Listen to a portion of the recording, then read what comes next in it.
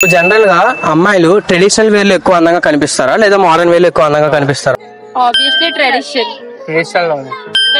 Opinion ethnic wear లోనే ఎక్కువ sorry శారీలో. సారీ మరి మీరెందుకు శారీ కట్టుకోవాలి?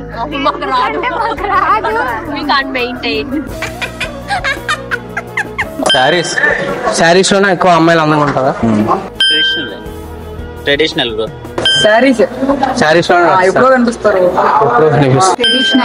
ట్రెడిషనల్ మీకు ట్రెడిషనల్